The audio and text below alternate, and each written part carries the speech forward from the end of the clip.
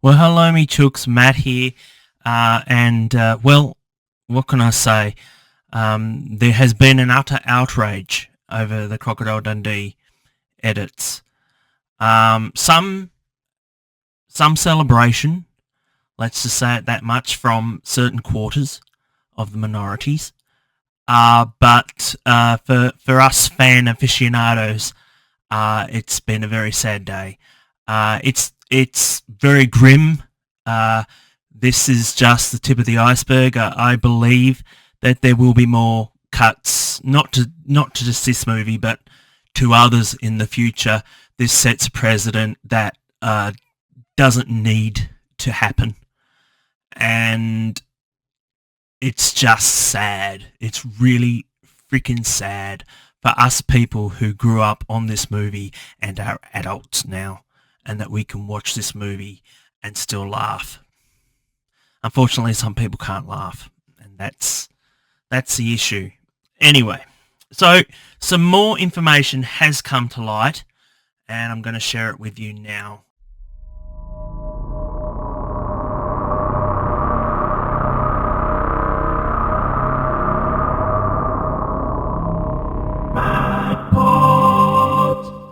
So we're going to look at this interview that was recently done for Stack magazine.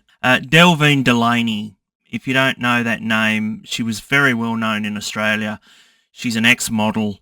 She was also on the Paul Hogan show when he did his show here in Australia. I mean, the director also was working on the Paul Hogan show, as well as Strop. As well, and he was pretty much Paul Hogan's business partner. He's now passed away, so all the rights goes to her. So pretty much it's on her head, this whole cutting of this Great Once film. So anyway, I thought I'd just read you this article that came out with... This will really, really irk me up, so just be prepared. All right. Crocodile Dundee is one of our great movie exports, if not the greatest, and legacy worth preserving. Yeah. To ensure that it transcends time, however, a few tweaks have to be made. Can we change that to complete and utter censorship?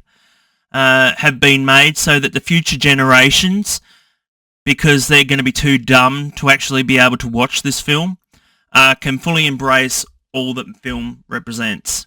Independent of the woke aspect, that's just not what a hero would do, says Delvine Delaney when chatting with Stack, referring to two insensitive and outdated moments, that have been removed from the film for the new encore cut. Just don't call it an encore cut. Call it a censorship cut, because that's exactly what it is. The decision to remove two jokes has been met with pushback from some quarters. Yep, me. I know I'm a bad person, aren't I? With some arguing that the film should remain a cultural timestamp. Yep, me. Sorry. Yep. However, by addressing modern social standards to the film's preservation is ultimately ensured. Is it? Is it really? No. No, it's not. Because you've tried to wipe scenes from the film. They removed scenes from Freaks. If you've ever seen that film, Freaks, from the 1930s, they actually excised half an hour and they're lost forever. Forever. This is what they're hoping with this, but guess what? We're not going to let them do it. So, the decision to remove two jokes has been met with pushback from some quarters, with some arguing that the film should remain a cultural timestamp.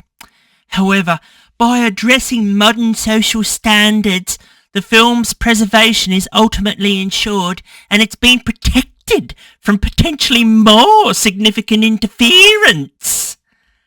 By who exactly? And for what?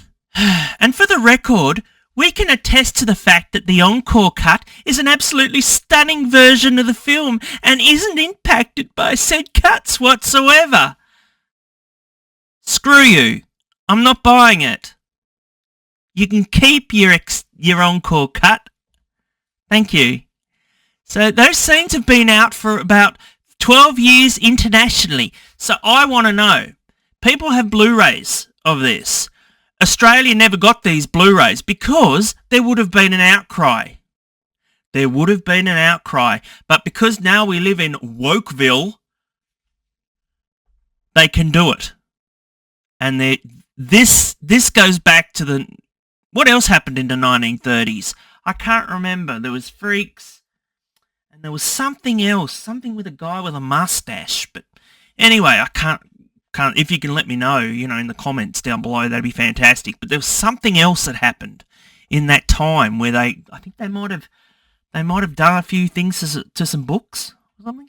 They were just never addressed in Australia, and it wasn't until we showed Paul, yeah, because I'm on first name basis with him, a sample of the restoration, and he said, "Oh, there's a scene in there that I don't like." And I said, "I know what scene, and I don't like it either."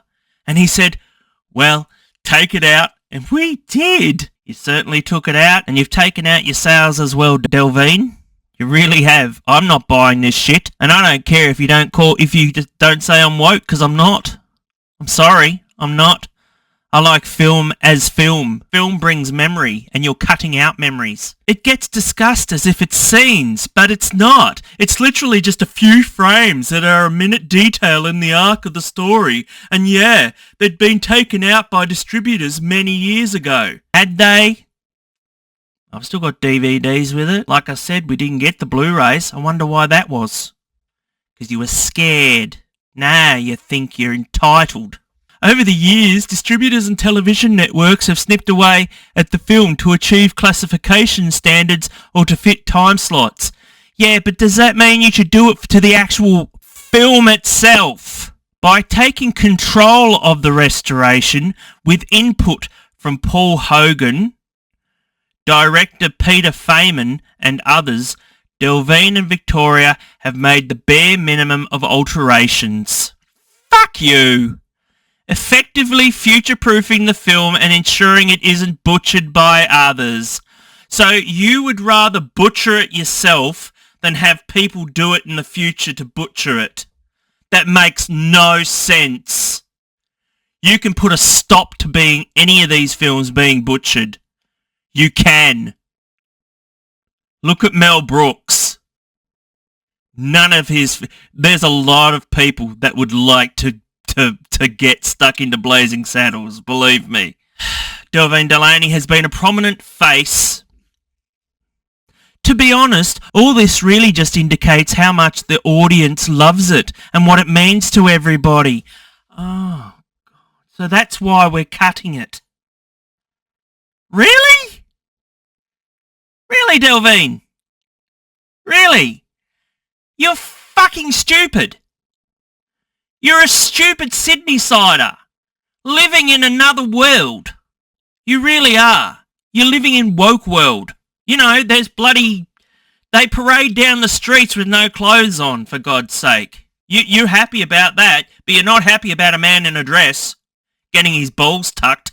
Oh, so Delvine Delaney has been a prominent face on Australian television for 5 decades and has worked with Hogue since the Paul Hogan Show in 1973. More importantly, by the way, the Paul Hogan Show, I believe, has never been shown on DVD.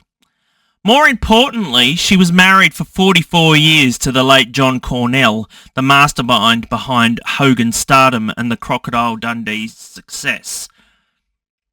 In today's cinematic landscape, dominated by superhero franchises and massive blockbusters, not anymore, because they've all gone woke and they've all gone downhill.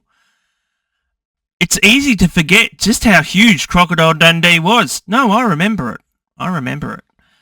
Made independently with funds raised through public share investment, the 1986 film exploded worldwide, earning a staggering $328 million from a modest $8.8 million budget, equivalent to around $2.8 billion in today's money.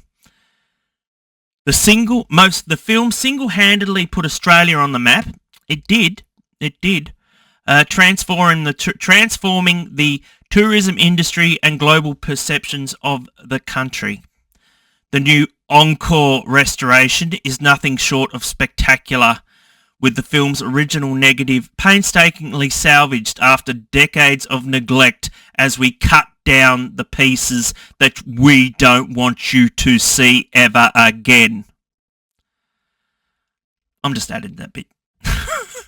The restoration was done by the Granary in Canberra. Another woke... If you thought Sydney was woke, Canberra is like the woke world. Anyway, who've restored quite a few other iconic Australian films. Oh really? What else have they destroyed? And lucky for us that they had, because that gave them the knowledge of what the green is in Australian pieces of grass as opposed to a European piece of grass. What the fuck are you talking about, you stupid? And how the sunshine emanates from the screen.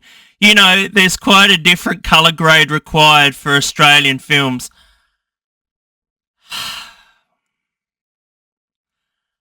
She's talking out her ass. She really is. Particularly the outback too, adds Victoria. The red earth and the blue skies, it's a different colour. I had no idea it would be so labour intensive. It's an art form, really. This just gets unbelievably toxic. Says Delvine of the restoration process. It would have been different if it had been done elsewhere without that authenticity, and authenticity underpins Crocodile Dundee's message. Right, and okay, so what was Crocodile Dundee's message? It was a fucking comedy. It was a fish out of water. By the way, these two women here, Delvine and this other chick, they've got a documentary coming out, so they have to try and get people to buy this current crap. And I'm not buying it. I'm just simply not buying it. So yeah, that's to light. So as far as they're concerned, this is it. This is the future of Crocodile Dundee. And if you don't like it, tough. But there is hope. This one here, no, it's not in Blu-ray, it's a DVD. But this is a sealed copy that I got off eBay of Crocodile Dundee 1 and 2. It's the 20th anniversary edition, uncut. And so I suggest, it is Region 4, but I suggest you get this one if you don't like your films being edited and cut for woke agenda. So, yeah, check on eBay, get this as soon as you can, and we'll be alright. This film will survive with us. Not with them. They can just fuck off as far as I'm concerned. And we can enjoy a film as it was intended in 1986 because we are adults. We are adults, and who am I? Well, I'm Matt Pott, and this will be the last video on Crocodile Dundee that I do, maybe. See you next time.